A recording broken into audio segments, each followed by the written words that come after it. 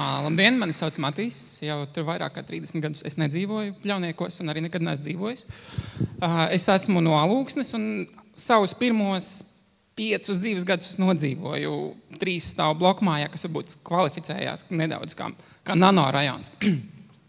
Bet par mērogu un par vietas piepildījumu arī ir mans stāsts. Tātad, ja šodien sākās ar pastaigu caur Āgenskalna priedēm, tad šādi Āgenskalna priedes izskatījās apmēram 60. gadā. Tur apakšā ir atsauce uz Alaiza Brenča filmu Mana Rīga, kad tas tika būvēts un nolīdzināts tās kāpas, kas tur bija, un nocirstas priedes, un palika tikai nosaukums Āgenskalna priedes. Tad tas bija tāds kā modernisma sapnis, un tas nebija tikai sapnis Padomju Savienībā.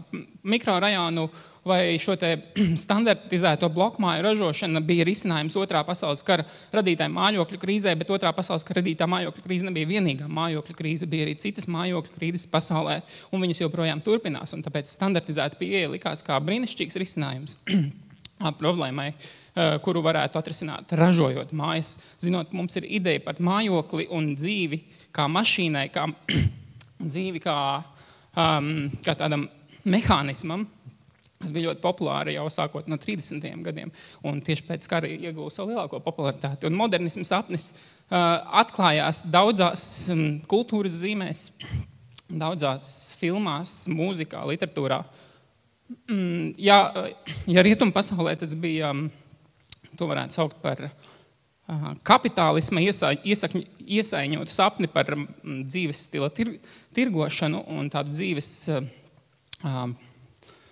stilu kā kapitalizētu produktu, tad Padomju Savienībā tas bija sapnis par jauna cilvēka radīšanu, atteikšanos no dažādībām un cilvēku vienādošanu ar mērķi veicināt to lielo dižo revolūciju, kas viņiem tur bija galā sagaidāma, vai arī viņi bija jau viņu realizējuši, nezinu. Jo aktīvismu ir vieglāk iesaiņot,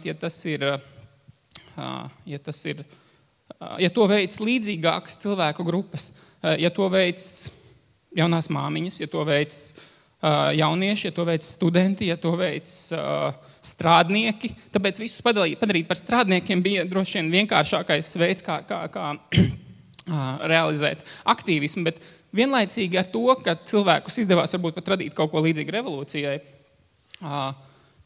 radās arī līdzīgas problēmas, jo tad, kad mēs radām cilvēkus visus vienādus vai novienādojam viņu atšķirības, etniskās kultūras, dzimtes, dzimumus, seksuālās, reliģiskās un tā tālāk, tad mēs arī radām kopīgas slimības visām šīm sabiedrības grupām. Un visas šīs lielā vienveidīgā sabiedrības grupas slimo ar vienādām līdzīgām slimībām. Un jaunā cilvēka ideāla vietā Padomju Savienība ieguva padomju cilvēku, homo sovietikus, un radīja tādu kā standartizētus mājokļus ar mazu iesaisti šo te īpašumu apsaimniekošanas vēlmē, ar formālu attieksmi pret darbu, formālu attieksmi pret īpašumu un kopējo publisko telpu. Un tāpēc, manuprāt, ir tās daudzās problēmas, par ko mēs dzirdam šajā prezentācijas līdz šim. Šis ir varbūt tas sapņainais skaistais skatījums no filmas Ābols upē. Dialogs, kad galvenie varoņi brauc cauri ķengragam. Tas puisis saka, ka daudz mājas sabūvēts, un meitene atbild, jā, tikai visas viņas, diemžēl, vienādas. Un viņš atbild, bet es nemaz nesūdzētos šeit dzīvot. Vienādība un tāda vienveidība ir daudz kritizēta. Tikpat kā viņai ir pārdota un iesaiņota kā kaut kāds skaists dzīves stils, tāpat viņai ir daudz kritizēta. Tādas nevietu radīšana, ja standartizētu vietu reproducēšana ir bijusi kritizēta gan akadēmijā, gan kultūrā. Un to ir viegli darīt, nepieskaroties. Tas ir tā kā lasīt grāmatas, bet nevis viņas atvērt vaļā, bet viņas lasīt pa zemi, kad viņas ir izmētātas. Tāpēc antropologi varbūt tās vairāk cenšas iedziļināties katrā vietā un vākt individuālos stāstus un kvalitatīvos pētījumus, un tad atklājās kaut kādas pieredzes un stāsti, par ko būs mana prezentācijas otrā daļa. Man šis slaids ir drusciņi krīt ārā no kopējā konteksta, bet mikrorajons, es tā bišķiņ padomāju, es esmu mācījies Āgenskalna valsts ģimnāzijā, un tur ir mums pa fiziku mācīja, un mikro ir tā kā 1 miljonā daļa. Tad rajonam jābūt 1 miljons reižu lielākam. Ja visu Latviju sadalītu mikrorajonos, tad katrā mikrorajonā dzīvotu 2 iedzīvotāji. Vai, ja tajās pašā, kur mēs tikko dzirdējām, Ķengragā ir 45,000 iedzīvotāji, tad cik lielam jābūt rajonam? Rajonam būtu jābūt 6-7 reizes lielākam par visu planētas iedzīvotāju skaitu. Tas no fizikas, ja. Tāpēc terminoloģija mikrorajons man uzdzen tādu cringe sajūtu nedaudz un liekas, tas ir dīvaini tā saukt rajonu, kas patiesībā ir viens no lielākajiem, par to pašu Ķengragu runājot, viens no lielākajiem, tikpat liels kā lielākās pašvaldības Latvijā. Un viņā nav tās visas lietas, par ko mēs runājam.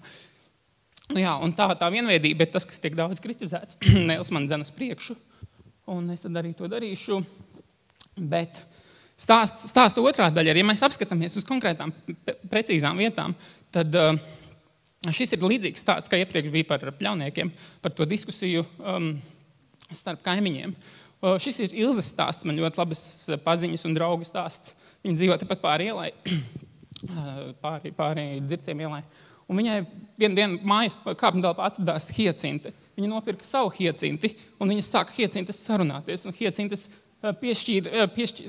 sāka runāt par dzīvi, par dzīves jēgu, par dažādas vērtības. Sāka cienāt vienu otru ar cepumiem, un kaimiņi sāka veidot tādu kā palodzes kopienu.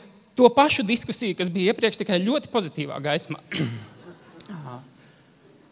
Jā, tad let's be together, vai ne? Būsim kopā. Un mājas kaimiņu kopiena sāka lēnām veidoties no šādām pozitīvām sarakstiem starp pilnīgiem svešiniekiem, kas viens otru nepazina. Taču šādas vietas ir vairākas, kurās satikties. Tā ir Ilze starp citu, un tas ir Ilzes, varat pierakstīt to linku un izlasīt viņas stāstu blogā. Ļoti brīnišķīgs, viņš pat kaut kādu laiku kļuva viral un nokļuva uz galveno mēdīju vākiem. Tādas vietas ir mazdārziņi, kas ir radušies dažādu krīžu dēļ, kā mēs runājam pagājušajā MedCity konferencē.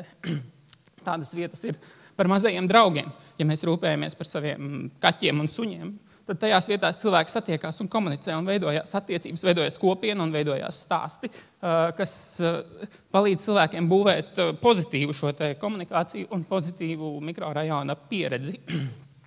Tie ir mazie cilvēki, un mazo cilvēku vajadzības ir vienas no galvenajām vajadzībām, kā mēs tās redzēsim.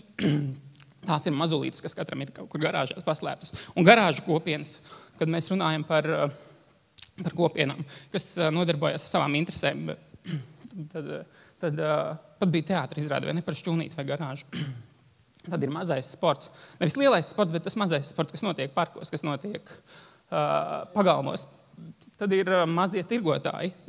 Tas aizmugurā milzīgais imants tirgus nav tas galvenais tirgus. Tas svaigās kūpinātās zivis viņa priekšā ir. Šeit pat blakus katru ceturtdienu es jums rekomendēju apmeklēt zemnieku tirdziņu pie Stomatoloģijas institūta. Ļoti brīnišķīgi vieta. Un te ir statistika no šī gada līdzdalības budžeta Rīgā. 9 bērnu laukumi. Tas ir tās vietas, kur mēs gribam, kurās mēs varam veidot savstarpējās kaimiņu attiecības starp vecākiem, starp bērniem savā starpā. Būvēt kopienas. 9 labie kārtojumi. 8 infrastruktūras objekti, viņi vienkārši salika kopā, tāpēc tā ir. Tad ir 9 vai 8 sporta laukumi. Tad ir pasākuma vietas 2 un 1 tirgus laukums. Ir ļoti grūti uzprojektēt sliktu cilvēkiem nepiemērot vietu, bet Viljams H. Švaits ir teicis, ka tas sanāk apbrīnojami bieži.